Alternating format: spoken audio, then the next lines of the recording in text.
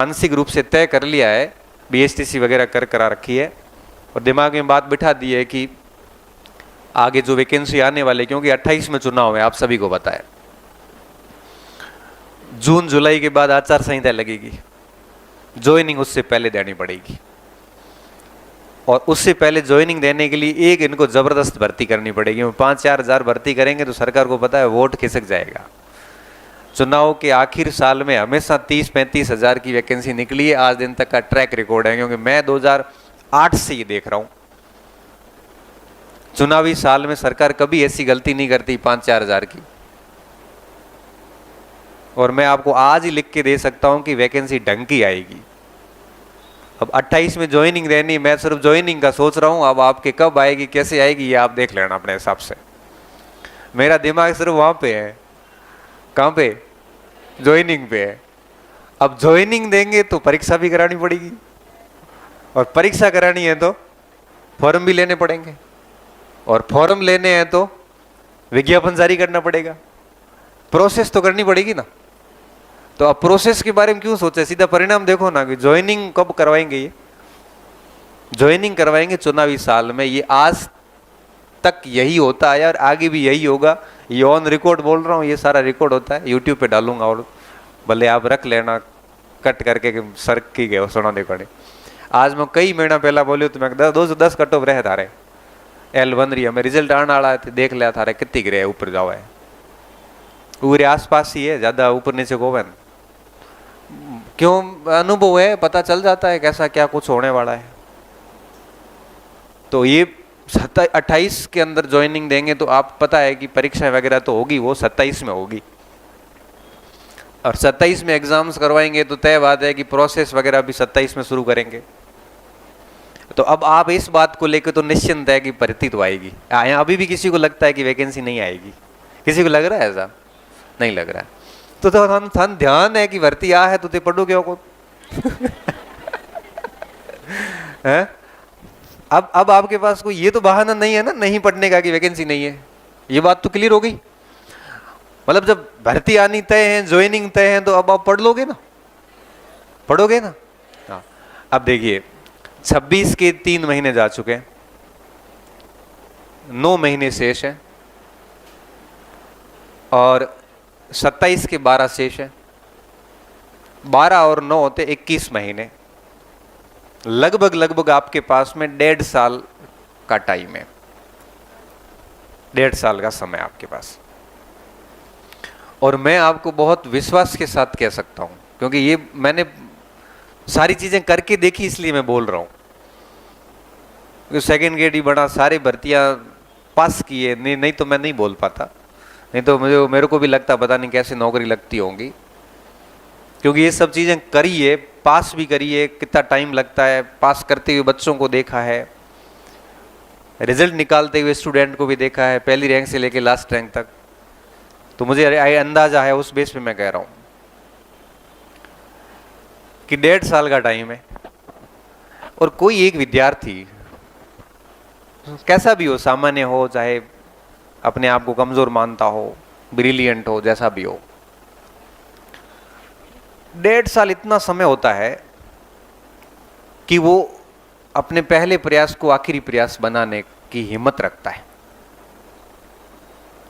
बस शर्त यह है कि उसको अंदर से लगना चाहिए कि 1.5 साल में मैंने एक दिन भी फालतू खराब नहीं किया है, ये आना होना चाहिए। ऐसे नहीं हो कि आप ऐसे तो 1.5 साल कई जाते हैं कई, लेकिन अंदर से ये लगे ना कि मैंने टाइम बिल्कुल खराब नहीं किया, अपना बेस्ट दिया है, तो मैं आपको लिख के दे सकता हूं उस टाइम पे कि आप 1.5 साल के भीतर रिजल्ट निकाल लेंगे, भले आप 0 से शुरू कर रहे हैं।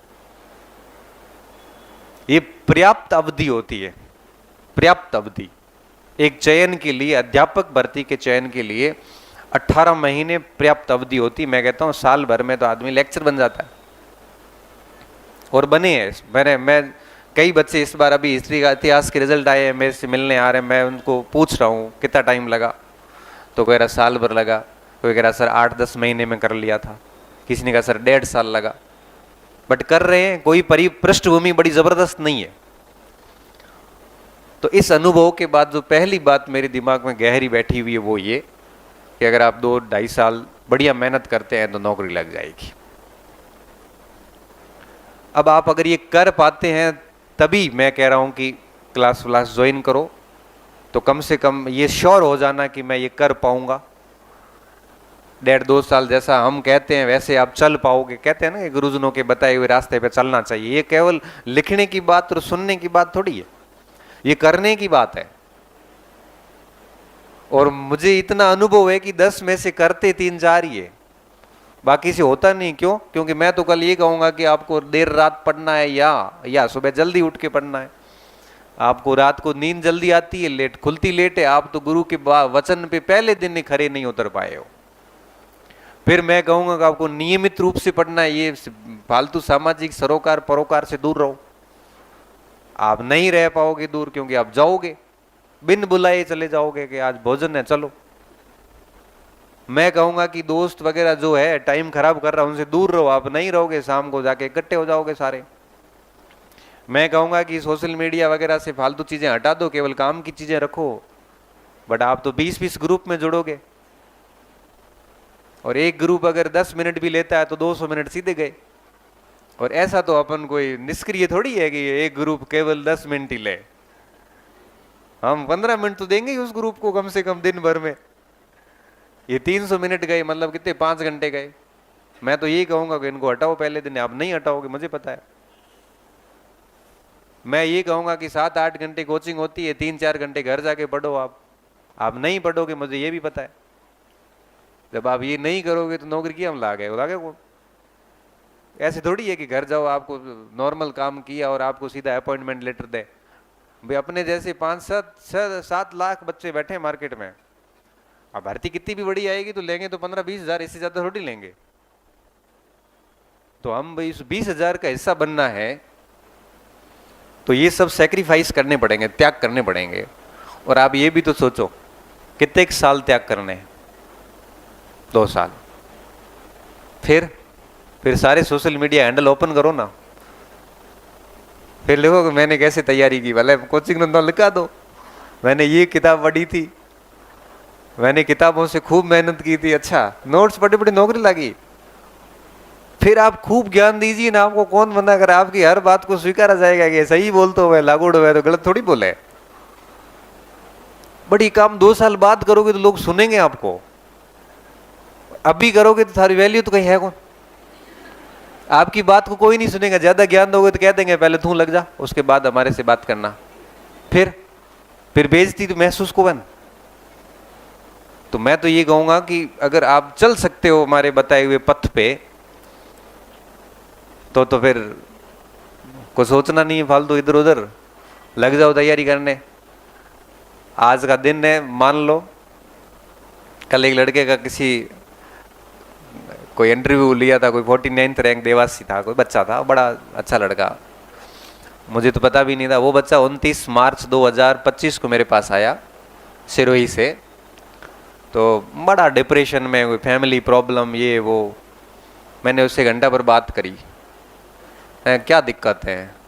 और दिक्कत है उसने इतनी गहरी बताई, सारी पारिवारिक समस्या ऐसी थी, पढ़ नहीं, सच में नहीं पढ़ पा रहा था। मैंने कहा साल भर के लिए, मैंने कहा मेरे अनुसार चल रहे, फिर समस्याओं में वापस पड़ जाना। तो अभी बाहर कैसे निकलूं? जयपुर चला जा।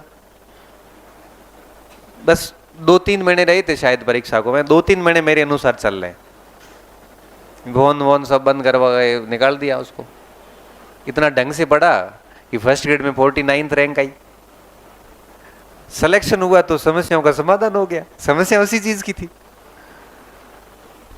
और अब वो बच्चा, मेरे जब सिलेक्शन हुआ तो पहला कॉल ही आया मेरे को, बोला कि सर मेरी नौकरी लगी। मैं तो नहीं पहचाना तेरे को। तो उसने गुरु मेरे को फोटो भेजा उस पर व्हाट्सएप पे कि सर ये मैं 25 मार्च को आया था और आज 25 मार्च ही ये साल भर हुआ है और मेरी सर नौकरी लग गई, मेरा जीवन धन्य हो गया। अब देखो चलना तो आपको पड़ेगा, हम तो आपको केवल डायरेक्शन देने वाले हैं कि ये है।